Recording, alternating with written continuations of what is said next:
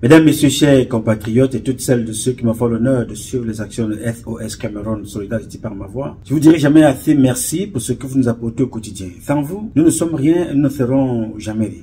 C'est pour cela que je ne manque aucune occasion ici comme ailleurs pour vous renouveler nos remerciements. Merci à toutes et merci à tous. Comme vous pouvez le constater, aujourd'hui est un nouveau jour. J'invite donc toutes celles et ceux, chacun d'entre vous, toutes celles de ceux qui ont eu la grâce de Dieu comme moi ce matin d'être en vie, de célébrer la vie et de glorifier Dieu. À l'instant où je vous parle, il y a beaucoup qui ont quitté ce monde. Alors si tu es là en train de regarder cette vidéo, si tu es là chez toi en train de t'occuper de tes enfants, si tu es dans ton bureau en train d'aller travailler pour nourrir ta famille, si tu es dans un stade de football en train d'aller jouer pour gagner ton argent, faire honneur à ton club, exprimer ce que tu sais faire, si tu es sur un plateau, sur une scène de musique en train de jouer dans un champ, si tu es dans ton lieu de travail, dans un chantier, dans un salon de coiffure, dans ton taxi en train de conduire, dans ton camion en train de faire des livraisons, sur ton vélo, prends un instant, dis merci à Dieu. Appelle-le comme tu veux, Zambe, Zamba, Zama, Tatabe, Si, Loba, God, Job, Allah. Donne-lui le nom que tu veux, mais glorifie-le et célèbre la vie. Parce que sans lui, nous ne sommes rien et nous ne serons jamais rien. Pendant que je vous parle là, je souffle, je respire. Ce souffle-là, on peut tout acheter dans les magasins, mais personne ne peut te vendre le souffle de vie. La bonbonne là que vous voyez souvent des gens, les malades traîner avec l'oxygène là, si on enlève la corde là, il tombe, il meurt. Mais le souffle naturel là, il est donné par un esprit que tu ne vois pas. Et tu connais sa puissance de cet esprit-là à travers ces créatures que nous sommes, à travers sa création, l'univers, la nature, les eaux, les oiseaux, la terre, le ciel, le soleil, les étoiles, les mers, la pluie, les sources, les océans, l'humain que nous sommes avec toutes ces articulations. Dieu vit dans chaque organe, dans l'eau qui coule dans tes veines, dans le sang qui coule dans tes veines, dans ta chair, dans tes os, dans ton regard, dans ta dentition. Dieu a tout pensé. Sans lui, tu n'es rien, je ne suis rien et nous ne sommes rien. Pourquoi je prends tout ce petit temps pour te parler de ça? C'est pour te dire qu'il n'y a rien sur cette terre qui dépasse l'humain que tu es et que je suis. Alors respecte l'humain. Est-ce que tu comprends ça? Respecte l'humain. Parce qu'il y a des gens qui vivent et qui travaillent ici aux États-Unis et même en Europe, gagnent un salaire de 2500 par mois mais qui vivent dans une voiture. Ce n'est pas une question de matériel. Donc, le souffle que Dieu nous donne là, c'est pour capitaliser à s'occuper de ces créatures que nous sommes. Alors glorifie Dieu et célèbre la vie.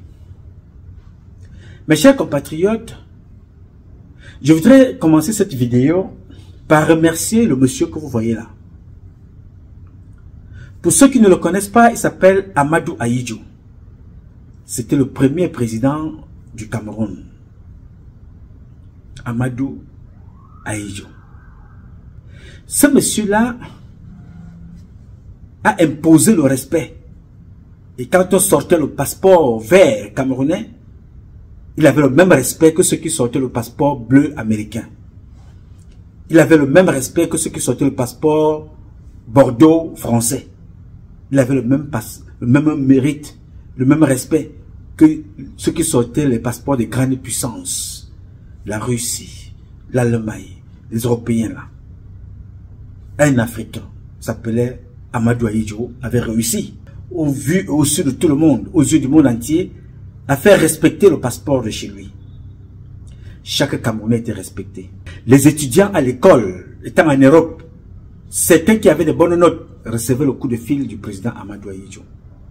Les policiers en route avaient souvent eu l'occasion de rencontrer Amadou Ahidjo la nuit lors de ses tournées. Il faisait des patrouilles comme les policiers, comme les gendarmes. Il se faisait parfois interpeller. En route, contrôle de police s'arrête. Il présente tous ses papiers et continue. Le matin, il convoque le policier pour dire bravo, tu fais du bon travail. Il avait su imposer le respect. Dans la région, la sous-région, en Afrique, en Europe et dans le monde entier, on le respectait. Les grandes puissances avec la flotte aérienne, Amadou Ahidjo il était dans Air Afrique avec le Cameroun. Il a claqué les doigts comme ça, en une seule journée. Le lendemain, on avait Cameroun Airlines. Pour ceux qui ne savent pas, on avait aussi une grande compagnie de bateaux appelée Camship. On avait tellement de choses. Autant d'Amadou Ahidjo. C'était un grand. C'est pour moi l'occasion ici de reconnaître qui il est, parce que je le dis tous les jours. C'était un grand homme. Pour ce qu'il a fait pour nous le Cameroun, et pour nous les Camerounais et les Camerounaises. Je vous parle de lui parce que je vais t'interpeller toi. Il y a des images qui ont circulé tout au long de la journée d'hier ou d'avant-hier. Des Camerounaises et des Camerounais qui sont une fois de plus chassés, embarqués dans des camions comme du bétail pour venir être jetés aux frontières du Cameroun entre la Guinée équatoriale et le Cameroun. Des images douloureuses, des images qui font mal au cœur, des images très douloureuses et des images qui font mal au cœur. C'est devenu un rituel, une habitude, qu'on empaquette les nôtres comme des choses, comme des ordures, comme des objets pour venir les jeter à la frontière. Ceux-là qui sont jetés à la frontière ont 1000 chances parce que ce pays, la Guinée équatoriale, a tué beaucoup de nos compatriotes. Ils ont été assassinés, d'autres ont été brutalisés, tabassés, jetés dans des prisons, d'autres sont morts. Les plus chanceux sont ceux qui arrivent là, comme vous avez pu le voir sur cette vidéo.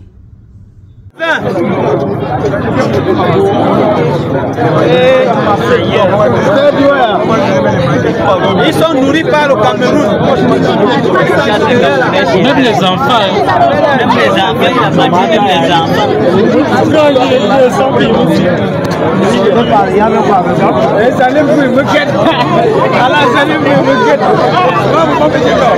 Ils vont arracher tous les biens des Camerounais en Guinée.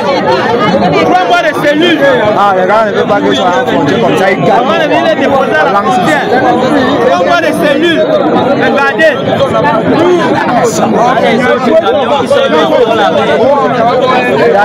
La Guinée est devenue un pays d'arnaque. Vous êtes travaillé pendant 6 ans pour la patrie, ça arrache tout. Voici la Baltazar. Le pays de Baltazar.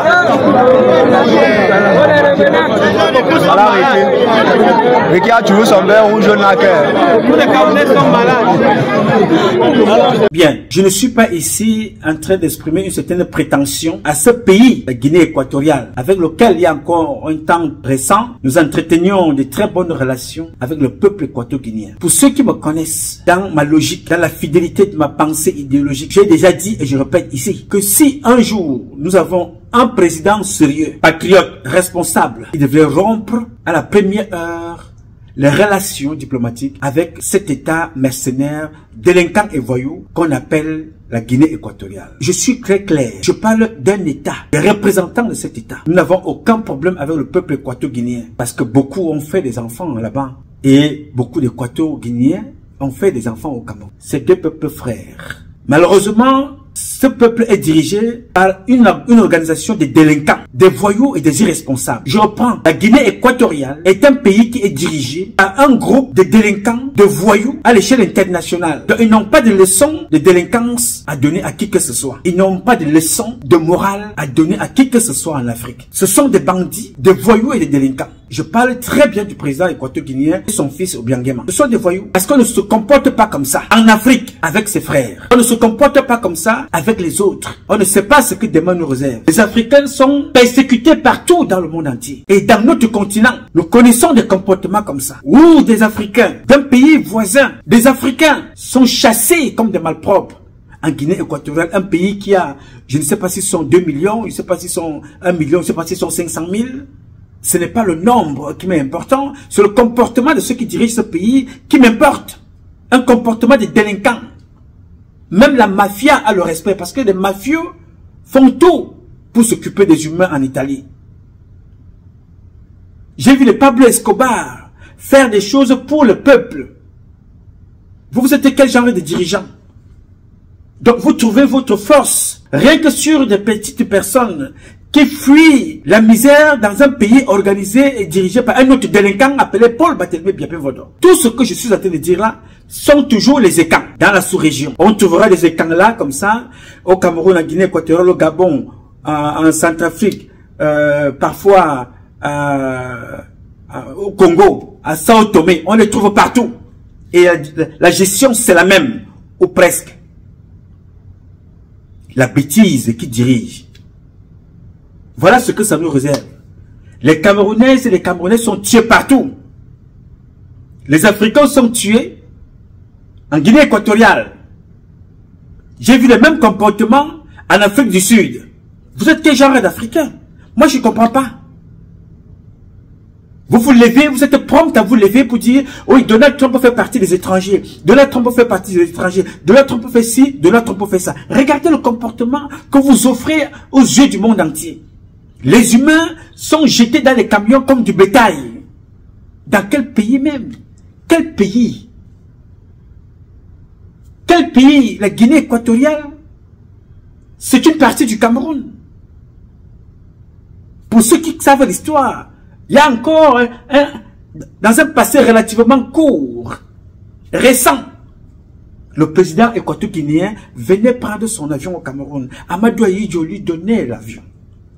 Ok frère, va faire tes courses. Prends l'avion, vas-y. Voilà le comportement que ces gens-là offrent à l'humanité, au monde entier.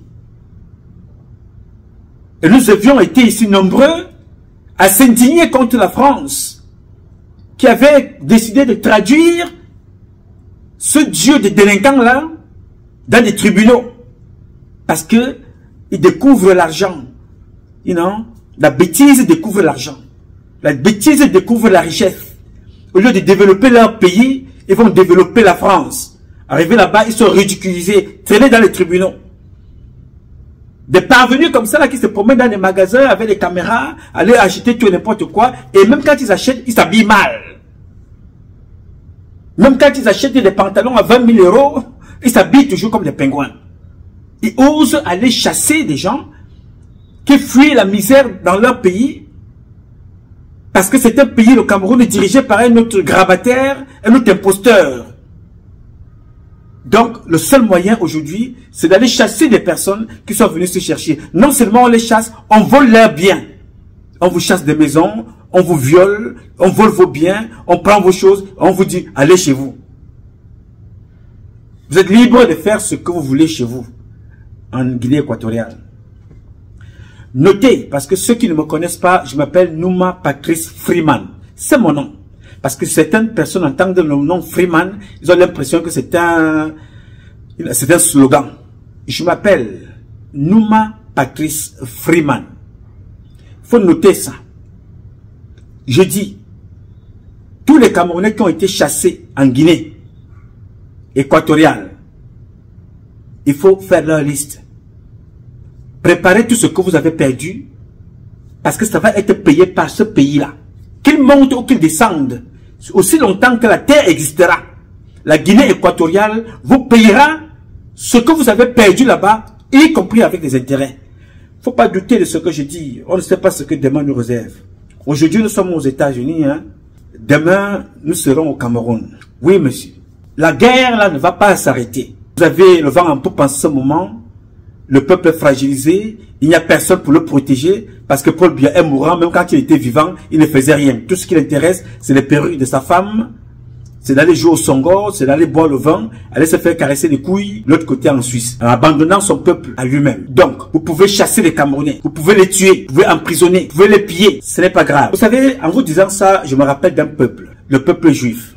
Les Africains ont souffert, beaucoup même, pendant 400 ans. Mais le peuple juif, qui a aussi connu la souffrance avec un dictateur, avec un tueur appelé Adolf Hitler. Mais ce peuple-là a décidé qu'aussi longtemps qu'un seul juif existera sur cette terre, personne ne lui manquera le respect. Et de deux, ils se sont engagés à recouvrir tout ce qui leur avait été volé. Je reprends. Le juif avait décidé, après ce qu'ils ont connu avec Hitler, la Shoah, les crimes, les assassinats par le gaz, là, les crimes de masse, le juif s'est dit, aussi longtemps qu'il restera un seul juif sur cette terre, il se battra pour que personne ne lui manque le respect. Et c'est ce qui se passe. De deux, ils se sont engagés à recouvrir tout ce qu'ils ont perdu. Et toute personne ayant contribué de près ou de loin à l'extermination, la tentative d'extermination du peuple juif sont en train de payer aujourd'hui. En commençant par la France que vous voyez là, sont en train de payer. Ils ont démontré qu'ils peuvent se relever. Ils se sont battus. Ils se sont imposés. Donc il ne faut jamais désespérer. C'est ce que j'ai dit au peuple camerounais. N'ayez pas peur. Vous allez pleurer, vous allez couler les larmes, vous avez tout perdu. Vous ne pouvez pas perdre puisque vos parents qui ont tout perdu il y a 400 ans, alors qu'ils sont allés combattre pour libérer la France. Aller combattre pour libérer la France de Hitler. Les parents ont tout perdu, y compris leur vie. Et quand bien même ils avaient tout perdu, alors la France avait promis leur donner quelque chose. Et quand ils ont tenté de demander ce qui leur était demandé, certains pays, certains peuples africains ont été tués. Allez poser la question au peuple sénégalais et vous diront pourquoi on les appelle les tirailleurs. Ne désespérez pas. Rentrez chez vous. Ce n'est pas grave. La vie, c'est le recommencement. L'éternel recommencement. Il faut toujours recommencer. Donc ne vous inquiétez pas. Nous voyons, nous archivons. Je disais à mes gars tout à l'heure en venant filmer, j'ai dit, enregistrez cette date-là, marquez ça sur l'autre registre de tout ce que les Camerounais vivent en Guinée équatoriale et au Gabon. C'est très grave parce que ce sont des pays, je ne parle pas des pays amis, des pays frères qui se disaient africains. Quand Bongo parlait, il disait mon frère Paul Biya. Je ne sais pas quand Obiangema parle avec Paul Biya, je ne sais pas comment il appelle, je ne sais pas. Parce qu'on ne peut pas se comporter comme ça. Mais moi, je n'attends rien d'eux. Ce n'est pas la première fois. Je dis, j'avais contacté Obiangema par son ambassadeur ici. Je dis, voilà, les Africains sont persécutés au Liban.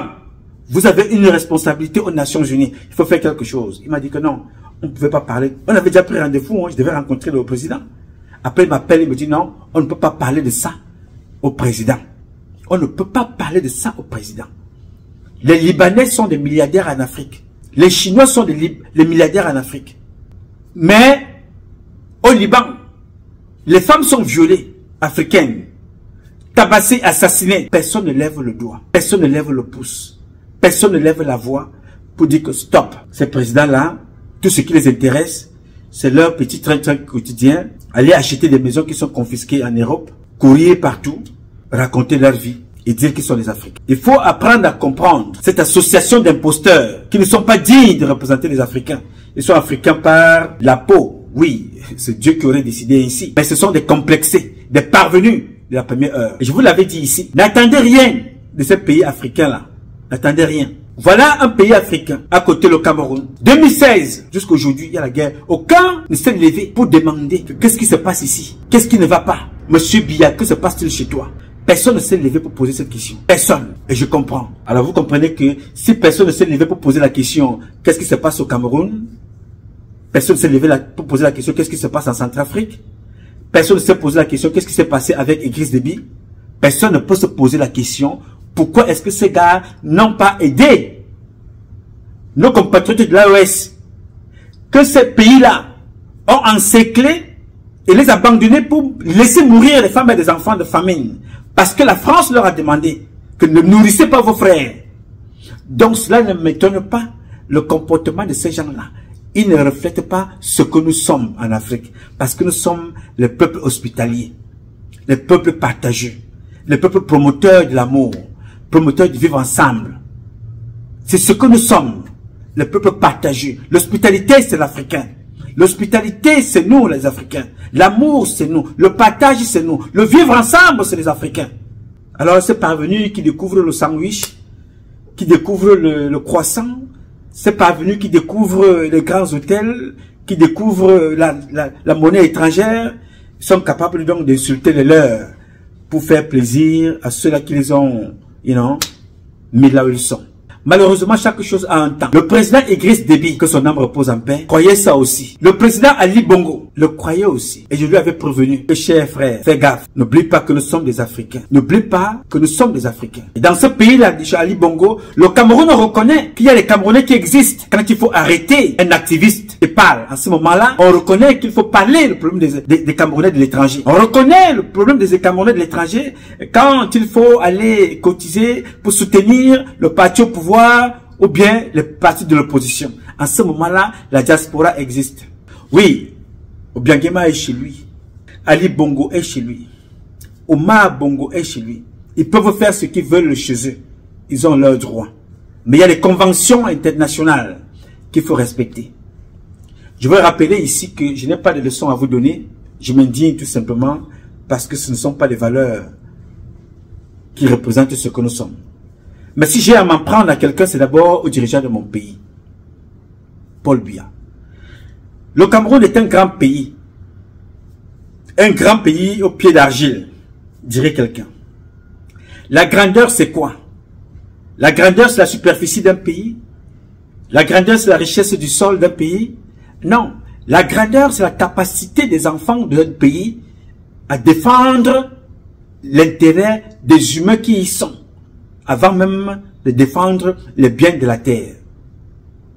Parce que si c'était la grandeur d'un pays se relève seulement des richesses que regorge ce pays, l'Arabie Saoudite ne serait pas grand.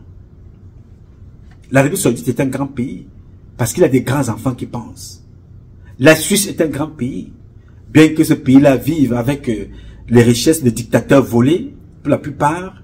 C'est un grand pays parce que c'est un petit pays à superficie. Mais il y a des enfants de ce pays-là ont pensé comment développer leur pays.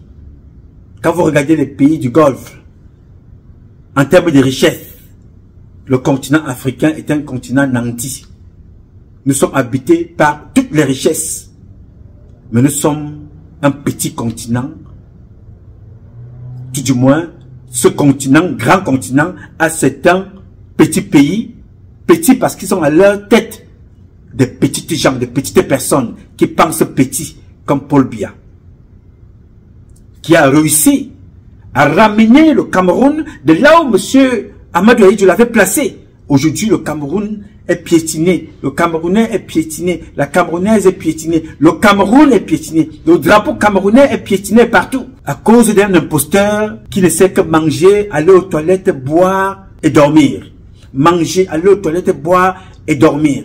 Il n'est pas capable de penser. Parce que s'il fallait voir, dans un pays normal, un comportement comme ça s'opère avec un président normal, on indexe directement la Guinée équatoriale. On prend ce pays-là, on l'occupe pour apprendre à ce pays-là à respecter les Camerounais. Ils sont combien? Les Camerounais sont combien? Ils sont plus de 30 millions. Ce pays-là, peut-être 2 ou 3 ou 2 millions maximum. Si on enlève les étrangers, peut-être ils sont, les Équatoriens guinéens sont peut-être 600. Je peux me tromper. Mais ce pays-là, en nombre, il représente quoi? Rien du tout. En nombre. Mais en créatures, ce sont des créatures très importantes de Dieu. Dirigées par une bande de voyous, des assassins. Ces gens-là sont des criminels. Ils ont tué quelqu'un pour prendre le pouvoir. Parce qu'il est possible aussi de prendre le pouvoir sans tuer. Hein? On a vu au Burkina, hein? On a vu au Niger, on a vu au Mali. Alors nous avons des barbares qui veulent donner des leçons aux gens. Attendez, ce que vous faites là va vous être retourné. Je vais donc revenir au niveau du Cameroun. Peuple camerounais, vous voyez ça de vos yeux. Vous observez, vous êtes dans les réseaux sociaux. À vous occuper de tel a enceinté tel, tel a abandonné tel, alors que chaque jour, vous êtes tué, humilié partout. Vous êtes humilié dans votre propre pays, vous êtes humilié par les voisins, vous êtes humilié par votre police, vous êtes humilié par votre gendarmerie, parce que à la tête, nous avons des gens qui n'ont aucun respect de rien du tout, ni de la loi, ni des règles, ni des valeurs traditionnelles, ni des valeurs culturelles, ni des valeurs éducationnelles. Ces gens ne respectent rien. Mais nous sommes dans les réseaux sociaux à donner des leçons aux gens. On va insulter Ouattara. Nous allons insulter les autres, alors que chez nous, nous sommes piétinés. On nous piétine. Le Chinois nous piétine. Le Libanais nous piétine. Paul Biya nous piétine. Les imposteurs nous piétinent. Voilà, à ce moment-ci, j'aurais bien voulu entendre parler Moulinex. Cet imposteur, ce bandit, la pire espèce qu'on appelle Atangandji. Le bandit de la pire espèce qu'on appelle Atangandji. On va reprocher tout au Gabon. On a quand même vu les Gabonais. Ils ont vu un changement chez eux. Ils font leur petit bonhomme de chemin. On peut tout dire de ces gens-là, mais ça évolue. Nous sommes les Sabitou. On raconte nos vies, on parle, on connaît tout. On est des diplômés, des docteurs, on est des ingénieurs. Nous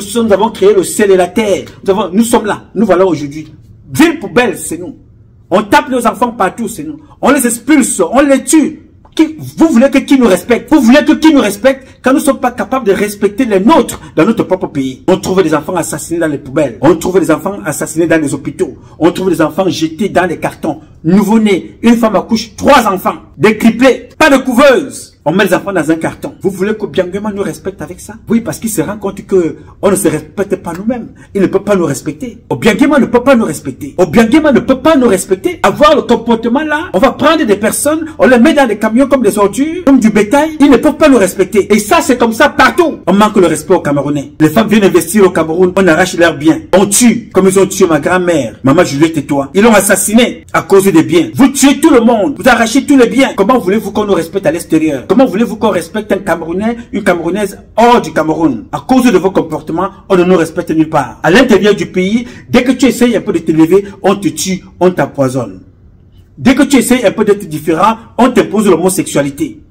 Dès que tu insistes tu résistes, on viole ta femme. On impose les partous. Tous les membres du gouvernement camerounais ou presque sont dans le sodomifiant. Et, conséquence, le Cameroun est abandonné à lui-même. On tue, on viole, on agresse, on kidnappe, on assassine, on emprisonne, on exproprie, on arrache les biens. Comment voulez-vous qu'on nous respecte? Les gens observent tout ça. Ils se disent que non, ces gens-là n'ont pas de berger. Ce peuple est un peuple orphelin. Ce peuple-là n'a pas de parents. On ne voit nos parents que le 20 mai. Ils passent là, cugna. Après, il disparaît. La femme avec sa tignasse, ses cheveux de sorcière, elle disparaît. Si on ne les voit pas dans les aéroports, en train de faire le coucou Miss France, on ne voit pas Paul Biya, on ne voit pas sa femme. Les enfants sont en train d'être tués comme ça, d'être assassinés, d'être jetés partout, d'être expulsés. Il a fallu le coup de gueule de Hollande, François Hollande, le président français, pour chasser Biya de la Suisse, lui disant, monsieur, rentrez chez vous. Il y a eu 1000 morts à Ezeka. Il y a eu un accident grave dans votre pays. Rentrez. Plusieurs jours après l'accident, c'est un président français qui demande à un Africain de rentrer chez lui parce qu'il y a eu un accident. Mais ce président imposteur va être prompt à envoyer des lettres de condoléances dans d'autres pays quand il y a une catastrophe. Il y a une catastrophe, Paul Biya monte sur un papier, il envoie des condoléances. Il n'est pas capable de faire ça dans son pays. On ne le voit nulle part. Un homme maudit. Est-ce qu'il est seulement maudit avec les Camerounaises et les Camerounais? Non, il est maudit même avec ses propres enfants. Il suffit de voir Brenda, l'enfant du président de la République, la fille du chef de l'État, pédé, homosexuel, sodomifiant, prostituée, alcoolique et droguée. C'est elle-même qui le dit. Elle vous le prouve en plein jour. Alors, jusqu'à quand je vous dirai ça? Je vous le dis tous les jours, n'est-ce pas? Alors, si nous parlons de la Guinée équatoriale, fait ce qu'elle veut dans son pays. Si Paul Biya arrive à abandonner ses propres enfants, Junior Biya, mentalement instable, je décris, c'est une description, ce n'est pas une moquerie, c'est une description. Chantal Biya, première dame zinzin, qui porte le rouge satanique du 1er au 31, le foulard rouge, la robe rouge, soutien-gorge rouge, caleçon rouge. Oui, tu me demanderas où j'ai vu son caleçon, je te dirai aussi. Soutien-gorge rouge. Sa fille, prostituée, alcoolique, droguée. Elle, ça se passe devant vous. Qui va porter les prostituées en Europe, les amène au Cameroun, on les escorte comme vous voyez là. Avancez les gars,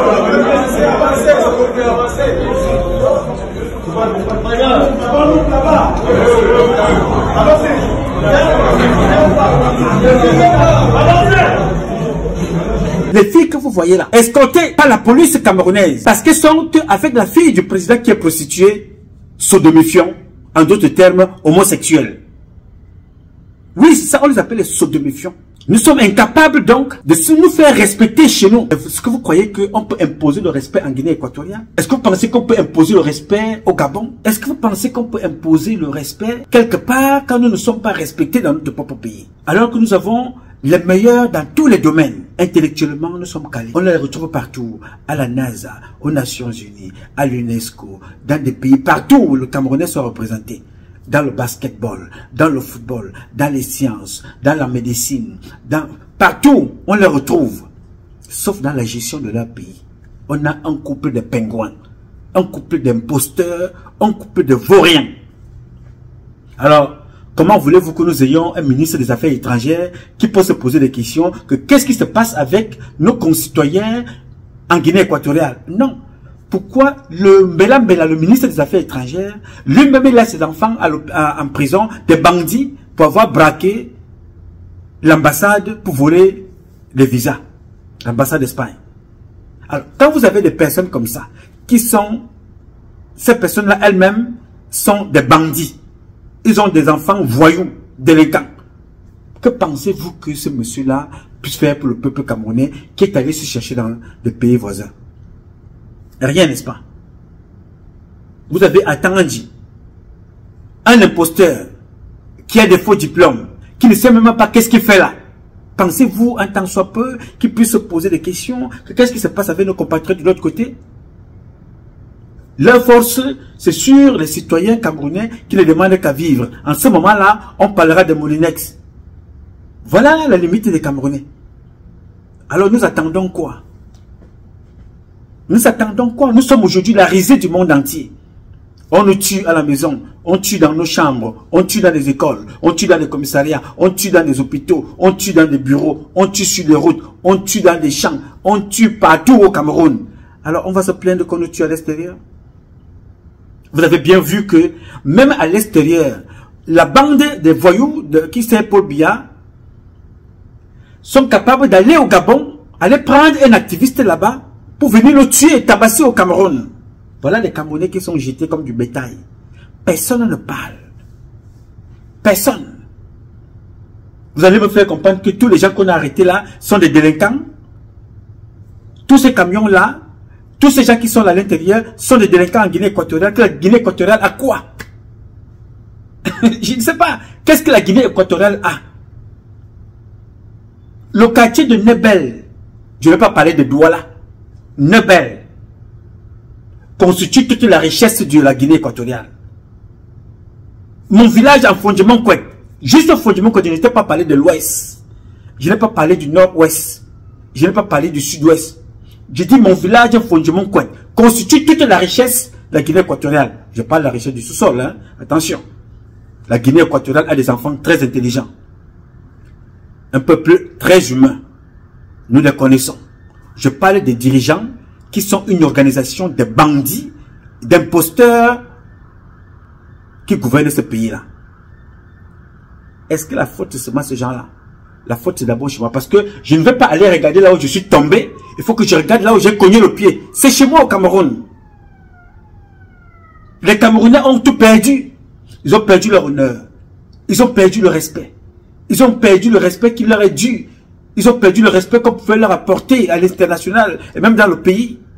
À cause d'un couple présidentiel maudit. Les conséquences, c'est que nous sommes traités comme des moins que rien partout. Ce qui nous reste encore, le football, c'est la catastrophe. Les études, c'est la catastrophe. L'armée alors, c'est le boxon. On tue des militaires comme on a trouvé l'autre jour.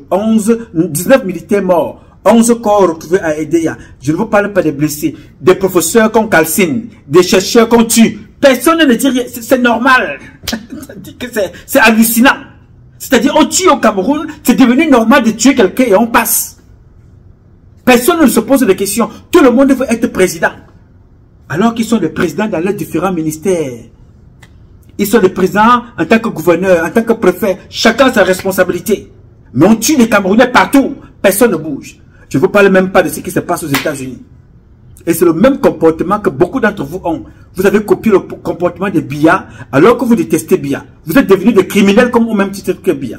Mbenam, le mauvais cœur, vous habite. La méchanceté des Camerounais n'est nulle part pareille.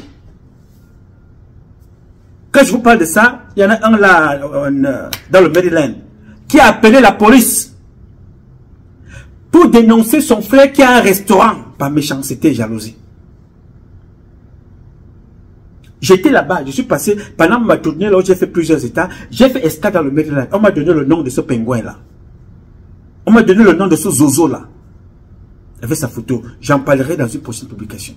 Donc le mauvais cœur de Biya, vous êtes tellement habité que vous marchez partout avec la méchanceté. Mais on va parler de la Guinée équatoriale. Parlons de nous-mêmes déjà. Le Camerounais est devenu foncièrement méchant.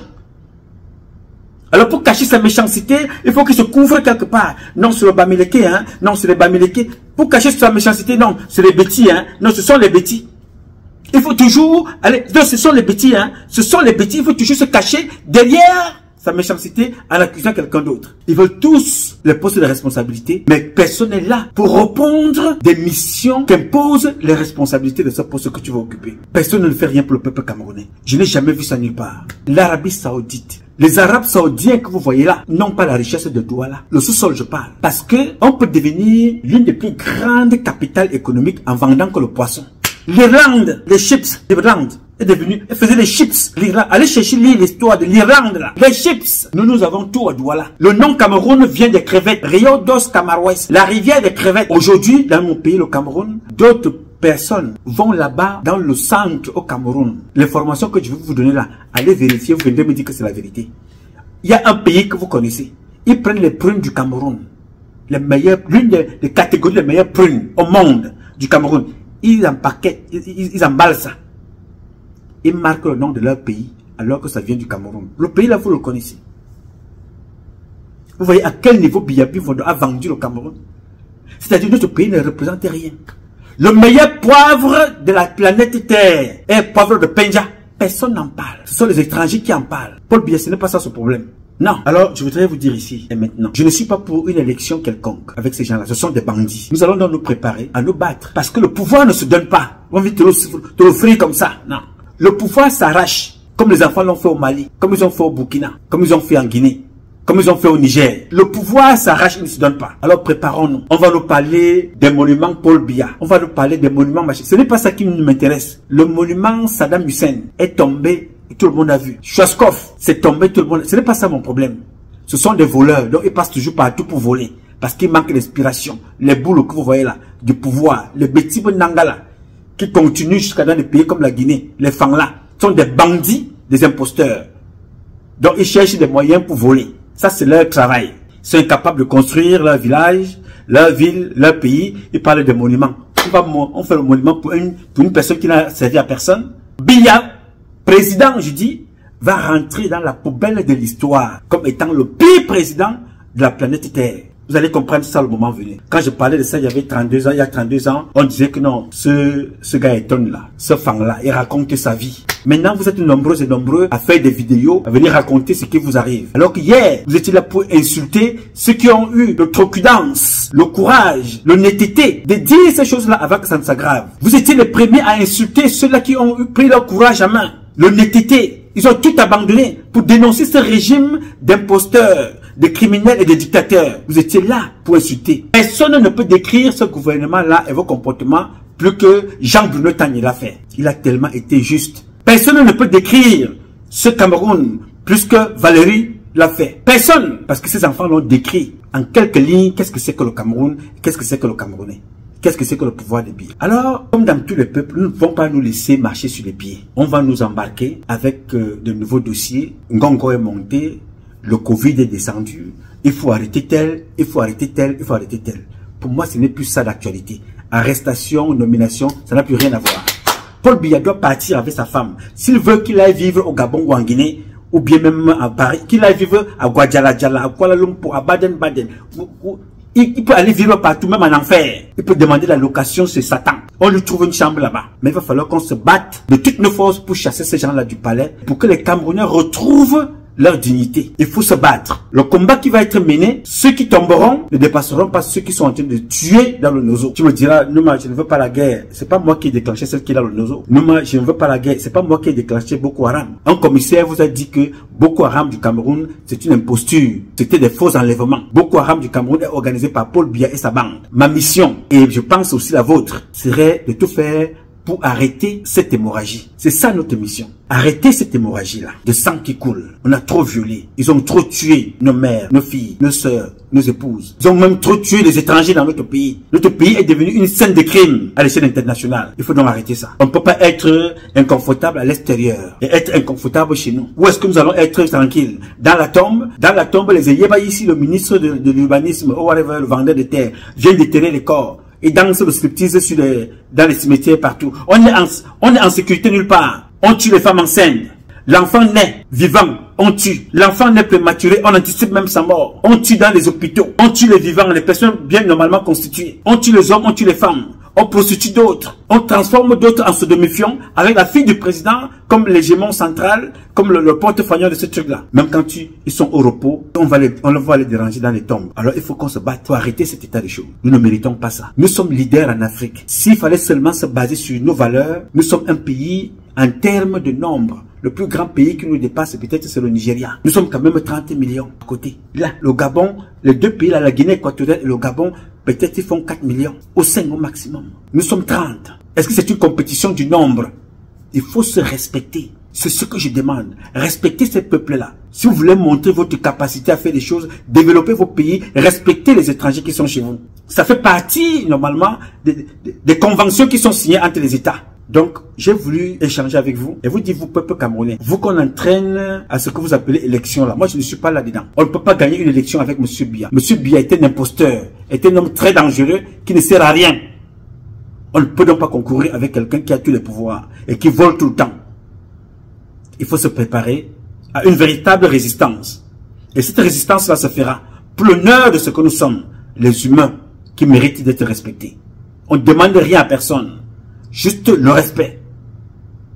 Seul pour nous manquer le respect ailleurs, c'est pas grave. Mais il faut qu'on soit respecté chez nous. Et qu'on respecte en retour ceux qui sont chez nous pour montrer aux autres que nous avons des valeurs que nous défendons. Alors c'est que j'ai voulu échanger avec vous. Et je vais avoir une pensée pour toutes celles de ceux qui ont été chassés. Calmez-vous. Écrivez, répertoriez ce que vous avez perdu. Vous allez rentrer en possession de vos biens. Tôt ou tard, c'est une question de temps. Ne soyez pas pressés. Parce que le temps de Dieu n'est pas le temps des hommes. Il faut croire en soi et avoir la foi. Ne perdez pas la foi en Dieu. Et soyez vous-même. Ces gens-là ne peuvent pas vous traiter des bandits ou bien des gens qui amènent des ordres plus qu'eux-mêmes. Ce type-là et son fils sont des véritables bandits. Des délinquants. Des voyous. Donc ils ne peuvent pas vous traiter de n'importe quoi parce qu'eux-mêmes ils ne représentent rien en termes d'éducation et de valeurs. Donc ne vous sentez pas humiliés et sous-estimés. Ok? Je voudrais donc ici avoir une pensée pour vous toutes et vous tous et vous dire que je vous aime beaucoup. Et je me battrai de toutes mes forces avec mes petits moyens pour que les choses changent. Avec certains de mes compatriotes conscients de ce que nous sommes, de ce que nous avons à faire, de ce que nous devions faire pour la libération de notre pays. J'ai dit. Alors mes chers compatriotes, ce combat est un combat de tous et de chacun pour un intérêt commun. C'est avec la volonté des Camerounaises et des Camerounais que vous êtes et la bénédiction de Dieu que nous vaincrons. En attendant, le combat continue. Ce combat continue parce qu'un Cameroun nouveau est possible, chacun dans son domaine respectif. Et je vous connais, chacun de vous dans son domaine respectif, capable de redonner à notre pays ses lettres de noblesse et faire de notre pays la capitale du paradis sur terre. Je sais compter sur vous, vous pouvez compter sur moi. Si longtemps que Dieu me donnera la force, je donnerai le meilleur de moi-même. Je m'appelle Nouma, Nouma Patrice Freeman. Je réponds au 001 551 666 1027. I love you, but God love you more. Thank you.